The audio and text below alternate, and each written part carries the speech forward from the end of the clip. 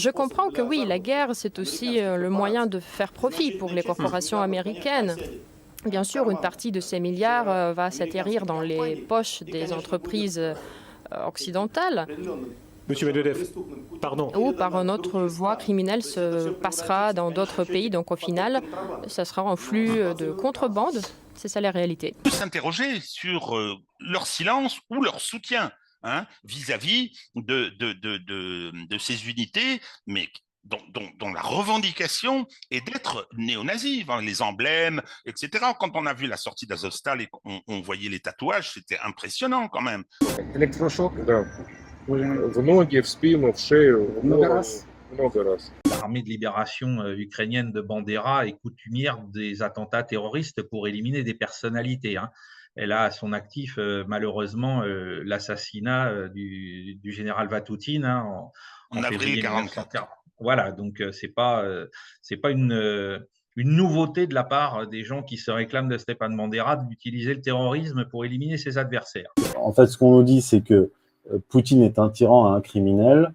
Le cerveau de Poutine est Alexandre Douguine, donc c'est un tyran et un criminel. Daria Douguine est la fille de son père, donc elle est aussi une criminelle. Enfin, voilà où on en est. Человек такой и зажал меня ногами, чтобы я не мог шевелиться. И начали поливать водой. Тряпку на лицо положили, ткань, Да. и поливали водой. Il y a un discours maintenant qui est religieux, de nature eschatologique, où on parle de Satan, de l'antéchrist. Et en fait, on parle de la guerre qui est en cours, même si elle est par proxy pour l'instant, comme étant une guerre eschatologique, puisque on évoque maintenant des deux côtés le risque d'une guerre nucléaire. C'est une espèce de chantage nucléaire aux Européens, en leur disant si jamais vous laissez les Russes nous couper l'électricité, on est capable de provoquer un incident nucléaire, ou alors vous nous trouvez une solution, vous nous alimentez vous-même en électricité. Les fuites qu'il y a eu au mois de juillet venant des états-majors ukrainiens font état de quelque chose qui peut être compris entre 80 000 et 100 000 morts. Donc c'est terrifiant. C'est la moitié du corps de bataille initial de l'armée ukrainienne au mois de février. La France est la seule puissance nucléaire du continent européen, membre de l'OTAN.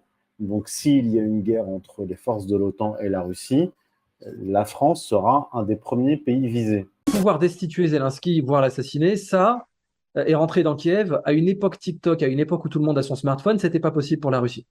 Mais prendre le Donbass et faire la guerre pendant 18 mois, s'ils le veulent, 36, peut-être même 5 ans, maintenant que leur économie est stabilisée, il n'y a rien qu'empêche la Russie de faire 5 ans de guerre. Parce que, ça y est, toutes les sanctions sont faites et ils sont encore là. Compte tenu du fait que les sanctions ont un effet contre-productif, un effet boomerang pour nous, compte tenu du fait que le rapport géostratégique mondial évolue en leur faveur, qu'on le veuille ou non, que leur situation économique n'est pas si mauvaise, est-ce qu'ils n'ont pas intérêt ou ils ne souhaitent pas d'ailleurs, que l'Europe affronte la situation sans qu'il y ait de règlement, sans qu'il y ait éventuellement un apaisement sur les questions énergétiques, pour voir, et d'ailleurs, Poutine, dans un de ses discours que j'ai lu, l'avait à peu près dit comme ça, pour voir les directions actuelles des pays de l'UE se faire renverser. Les Russes ont déjà averti qu'ils frapperaient les centres de décision de l'OTAN, des membres de l'OTAN. Et parmi les différentes cibles qu'ils ont indiquées publiquement se trouve le palais de l'Élysée. Ils ne se contenteront pas du palais de l'Élysée. On a vu les premiers signes de l'apocalypse. On peut dire qu'on est à peu près à la même stade. On n'est pas encore à l'arrivée de l'apocalypse et c'est à nous de faire tout le possible pour éviter la Troisième Guerre mondiale. On ne vous donne pas le choix. À partir du moment où les deux plus grandes puissances nucléaires au monde ont décidé que c'était une guerre eschatologique, de facto, c'est une guerre eschatologique, que vous le vouliez ou pas.